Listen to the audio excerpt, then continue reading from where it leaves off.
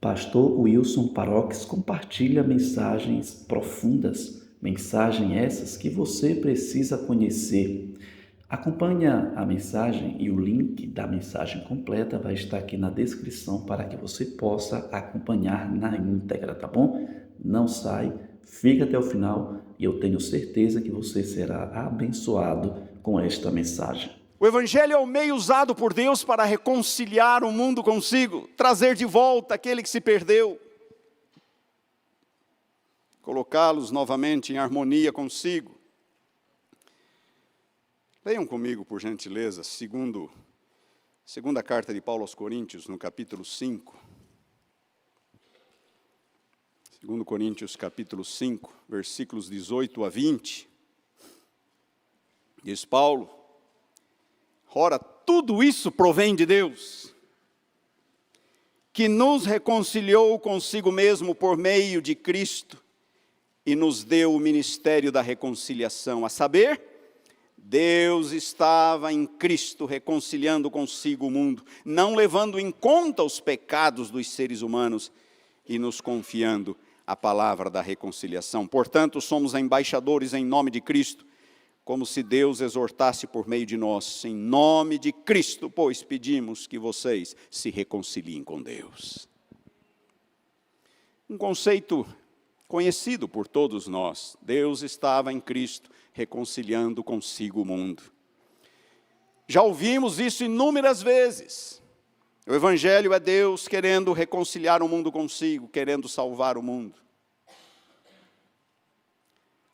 Mas essa ideia já não é mais tão comum quanto era algum tempo atrás. Existem diferentes evangelhos sendo pregados hoje em dia, confundindo, inclusive, os fiéis. Existe, por exemplo, o evangelho motivacional.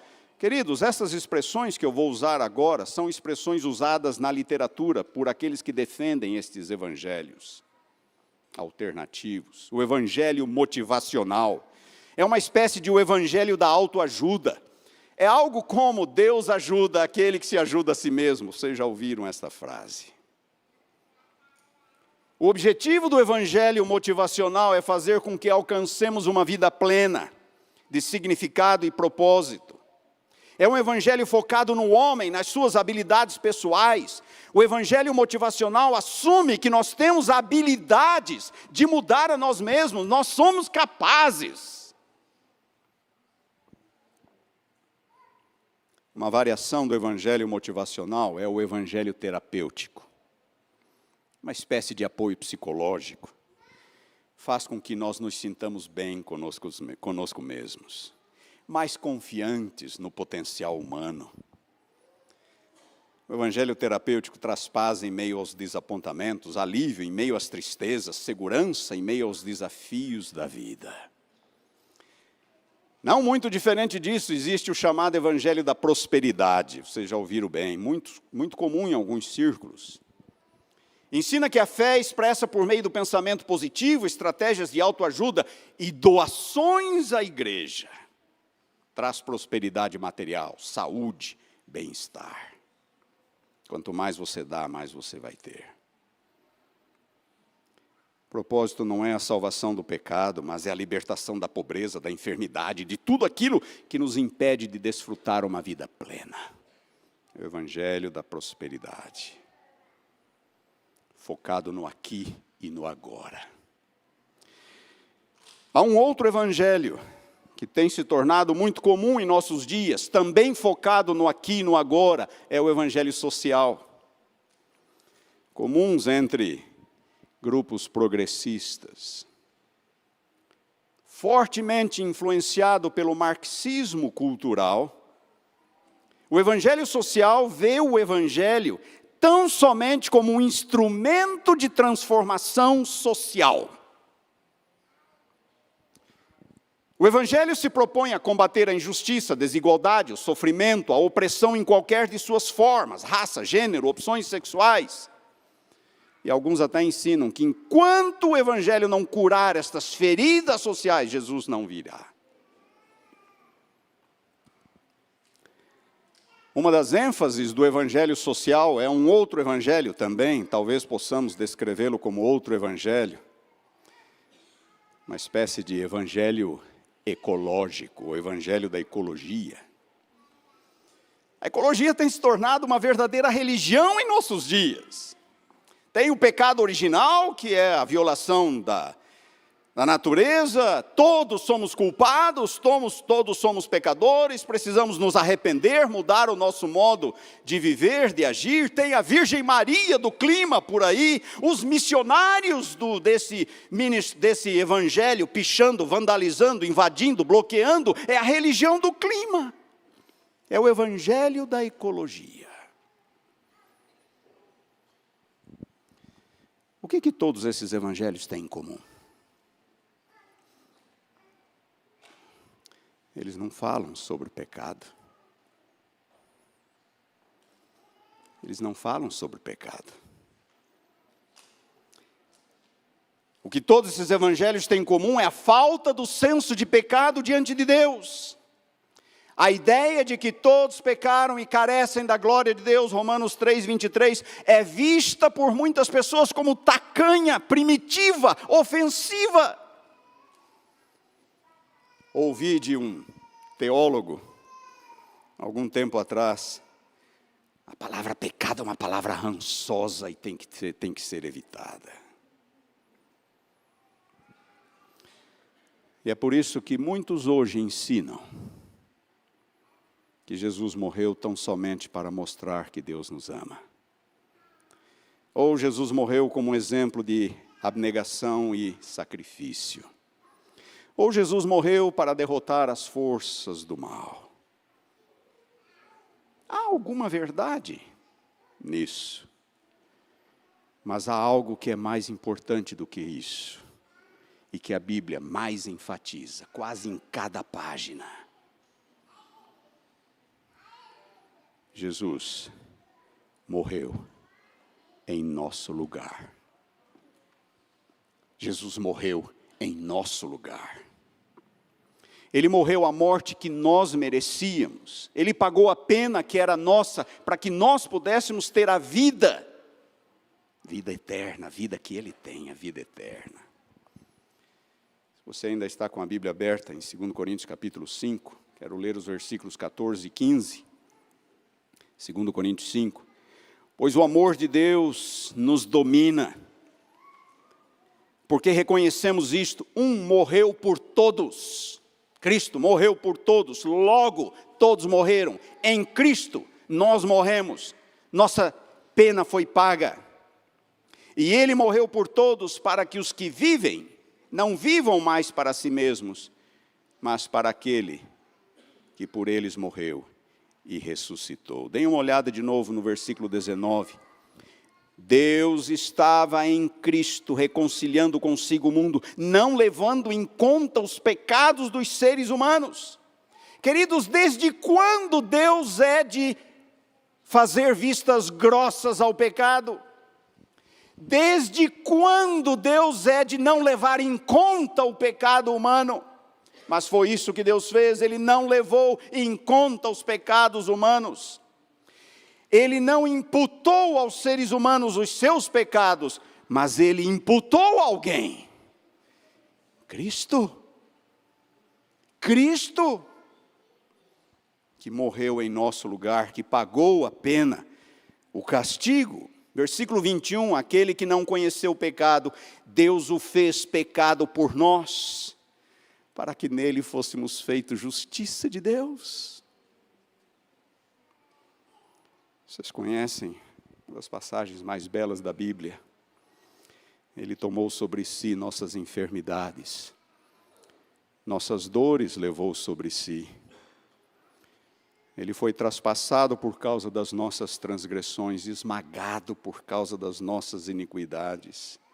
O castigo que nos traz a paz estava sobre ele, e por suas pisaduras fomos sarados. Isaías 53. Lutero se referiu a isso como a feliz permuta. A feliz permuta, Cristo assume o nosso pecado e nos dá a sua justiça. Como que nós poderíamos alcançar isto, se não fosse pela iniciativa de Deus? Uma ilustração contábil: o nosso pecado é debitado na conta de Cristo, e a justiça de Cristo é creditada na nossa conta. Essa é a feliz permuta. Ele morre em nosso lugar para que nós tenhamos vida. Esta é a grande permuta do Evangelho. Esta é a grande permuta da salvação. Queridos, as boas novas do Evangelho só fazem sentido à luz das más novas do pecado. Do nosso pecado e da nossa alienação de Deus. Mas quantos hoje gostam de falar ou de ouvir sobre pecado? Quantos hoje se sentem pecadores? Tive uma professora de alemão, uma vez, e dizia: eu não me sinto culpada de jeito nenhum diante de Deus, eu não tenho nada, não me sinto pecadora. Uma vez visitei o mosteiro da Grande Laura, lá na península do Monte Athos, na Grécia, mosteiro milenar, e havia 2 ocidentais ali, eu e um senhor britânico, muito gente fina, muito educado, muito amigo. E naquele primeiro dia nosso ali no mosteiro, ficamos hospedados no mosteiro, conversamos até quase meia-noite, sobre a Bíblia, sobre o Evangelho. E ele estava ali, liderando uma iniciativa britânica para preservar aqueles mosteiros milenares na península do Monte Athos. Mas ele disse: eu não me sinto pecador. Eu não me sinto mal diante de Deus, eu estou bem, eu sou uma pessoa educada, eu sou gentil, eu não me sinto em dívida diante de Deus. Mas, queridos, você não precisa estudar alemão ou ir no Monte Athos, na Grécia, para encontrar alguém assim. Basta sair às ruas de São Paulo, num restaurante, numa pizzaria, no sábado à noite. Pergunte quantos se sentem pecadores. Nos clubes, no seu local de trabalho, nas universidades, pergunte. A noção de pecado já não é mais bem-vinda no mundo de hoje por influência do modernismo, do humanismo moderno. Humanismo moderno, pensadores, principalmente das ciências sociais, insistem que o conceito do pecado original é um mito, é primitivo, que o homem é bom, o homem é capaz, no mínimo ele é neutro, influenciado pelo ambiente em que vive, pelas companhias. É só você sanear o meio ambiente, é só você melhorar a qualidade de vida e você vai ter pessoas boas e o mundo bom. Estou esperando isso.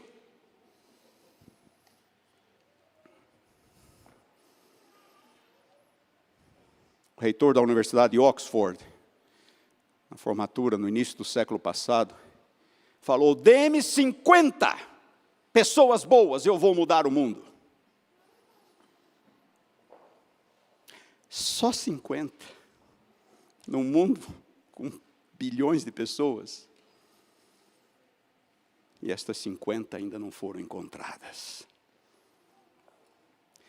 No frigir dos ovos, queridos, não há como negar que há algo profundamente errado com o mundo em que nós vivemos.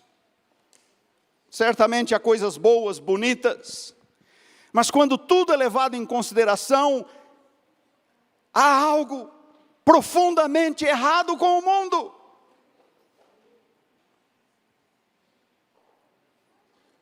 As guerras, a corrupção, o preconceito, a criminalidade, o individualismo. O mundo está indo de mal a pior, não melhora. E quando ficamos a sós conosco mesmos, quando nos deitamos à noite, colocamos a cabeça no travesseiro, e vamos fazer um breve balanço do dia.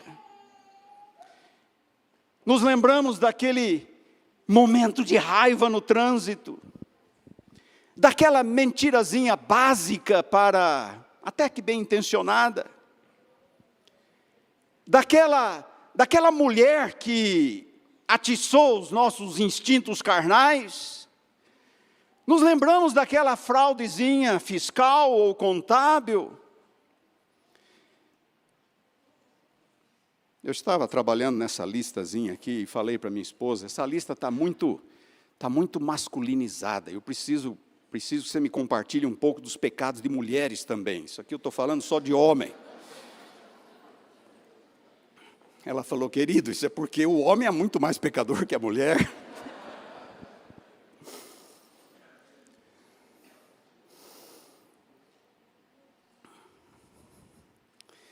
A inveja daquela roupa da sua amiga, da bolsa, do sapato, do cabelo, né? Aquela fofocazinha quando o grupinho se encontra. Tem alguma coisinha ali para a mulher também. Mas quando nos deitamos à noite e fazemos um rápido balanço do dia. Não, irmãos, nós somos parte do problema. Em maior ou em menor grau, nós somos parte do problema. Mesmo com todo o progresso, todas as teorias sociais, o avanço tecnológico, as palavras de Jeremias continuam válidas. Enganoso é o coração humano, mais do que todas as coisas, e desesperadamente corrupto. As pessoas não gostam mais de ouvir falar de pecado, mas um teólogo e filósofo, Reinhold Niebuhr, disse que a doutrina do pecado original é a única doutrina da fé cristã empiricamente verificável. Empiricamente verificável. Quando nossa primeira filha estava por nascer, eu disse à minha esposa, ela vai nascer falando, andando, pedindo para ir ao banheiro. Que ilusão, não é? Que ilusão. Educada com amor, com carinho. Mas de onde ela tirava aquelas reações de raiva? Aquele desejo de manipulação que chegava às vezes a se atirar no chão, bater a cabeça. Eu quero isso. De onde vem isso? Quem ensina? Qual é o pai, qual é a mãe que ensina isso aos seus filhos? Queridos, de onde vem isso? É a única doutrina da fé cristã empiricamente verificável.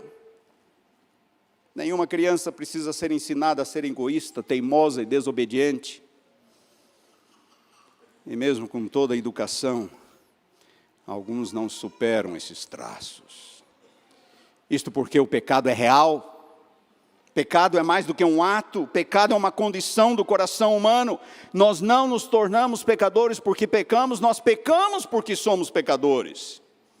Não temos tempo para uma abordagem completa sobre o pecado, mas por que nós precisamos do Evangelho? Precisamos do Evangelho porque somos pecadores. E o que o Evangelho se propõe a fazer por nós? Embora seja verdade que o Evangelho restaura a nossa dignidade, o senso de valor próprio, embora o Evangelho ajude a curar os traumas da sociedade, a nos tornar pessoas melhores, cidadãos melhores, embora o Evangelho também mude nossa perspectiva em relação àqueles que nos cercam, embora tudo isso seja verdade, Paulo diz, o Evangelho é o poder de Deus para a salvação. É o poder de Deus para a salvação, perdão, reconciliação, restauração, vida eterna. O pecado é a força mais destrutiva que existe nesse universo. Mas o Evangelho é ainda mais poderoso. É o poder de Deus para a salvação. E terminando a terceira afirmação de Paulo em Romanos 1, 16 e 17, tem a ver com a forma como o Evangelho opera. Não me envergonhe do Evangelho, porque o Evangelho é o poder de Deus para a salvação de todo aquele que crê. De todo aquele que crê. Os judeus, nos dias de Paulo, acreditavam no mérito. Você tem que fazer por merecer. A Igreja Católica, nos dias de Lutero e ainda hoje, acredita no mérito. A graça é recebida pela fé, como um dom de Deus, mas agora você tem que fazer por merecer a salvação, cooperar com Deus. Alguns adventistas falam de graça, mas a salvação só pode ser realmente experimentada quando alcançarmos a perfeição ou a impecabilidade absolutas. Falam mais sobre a lei que sobre a cruz, mais sobre a obediência que sobre a fé, mais sobre os 144 mil que sobre o sangue de Cristo. É um evangelho muito mais católico que bíblico. Sim, há um pouco de verdade em tudo isto. Mas o evangelho nos coloca em harmonia com Deus, restaura em nós a imagem de Deus. E este evangelho só pode ser recebido pela fé. Ele não pode ser merecido, ele não pode ser conquistado, ele não pode ser alcançado. Aqui é muito importante, irmãos, fazer uma diferença entre aquilo que o evangelho requer, daquilo que o evangelho produz. Muitos não têm essa distinção clara em sua mente. E o que é que o evangelho requer? O evangelho só requer arrependimento e fé. Só arrependimento e fé. O evangelho não requer mais nada. Agora o evangelho vai produzir. Ele vai produzir boas pessoas, ele vai transformar vidas, ele vai produzir uma nova vida.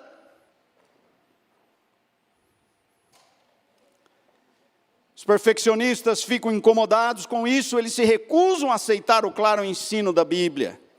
E ficam se perguntando sobre a obediência, santificação, vida nova, vegetarianismo, etc, etc, etc. Irmãos, isso é o que o evangelho produz, não é o que o evangelho requer. O problema é quando invertemos estas coisas e olhamos para aquilo que o evangelho produz como se fosse aquilo que o evangelho requer. E quando isto acontece, de duas uma, ou nos tornamos arrogantes por causa de nossas conquistas espirituais. Ó Deus, graças te dou porque não sou como os demais homens, roubadores, injustos, adúlteros, nem ainda como este publicano, dou dízimo de tudo quanto ganho, jejuo 2 vezes por semana. Só faltava Deus perguntar, muito bem, quanto é que eu te devo?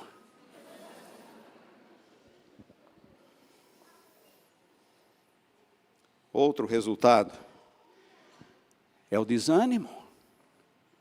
O foco em si mesmo, o foco nas obras, também pode levar ao desânimo, ao desespero. Será que eu estou salvo? Eu tenho me esforçado, mas eu percebo que não é o bastante. Me sinto pecador, me sinto imperfeito. Será que vou estar entre os 144 mil? Miserável homem que sou, quem vai me livrar do corpo desta morte? Queridos, o evangelho é o poder de Deus para a salvação de todo aquele que crê. Não há outra forma de recebermos os benefícios do evangelho senão pela fé. Não há como recebermos o crédito da perfeita justiça de Cristo senão pela fé. Pela fé ocorre esta maravilhosa permuta. Nós entregamos a Ele, Senhor, toma, é o meu pecador, é o meu coração, pecador, defeituoso. Me dá a tua justiça. Quero estar junto contigo na eternidade. Queridos, existe sim as más novas no mundo, as más novas do pecado. Mas mais acima delas estão as boas novas do Evangelho. O Evangelho era nos dias de Paulo e continua sendo hoje o poder de Deus para a salvação de todo aquele que crê. Que fique bem claro, queridos, o evangelho não é acerca do que nós fazemos, mas acerca do que Deus faz. Pessoas boas não vão para o céu. Justos não vão para o céu. Não vim chamar justos, disse Jesus, e sim pecadores. No céu só vai haver pecadores. perdoados e transformados pela graça maravilhosa de Deus. Que Deus nos ajude para que nós experimentemos o poder do Evangelho em nossa vida. Amém. Só lembrando que o link vai estar aqui na descrição com a mensagem completa, caso você queira acompanhar na íntegra, tá bom? E eu quero convidar você a fazer parte desse canal se inscrevendo. Deixa aí o teu gostei no vídeo, comenta, compartilha e que Deus te abençoe.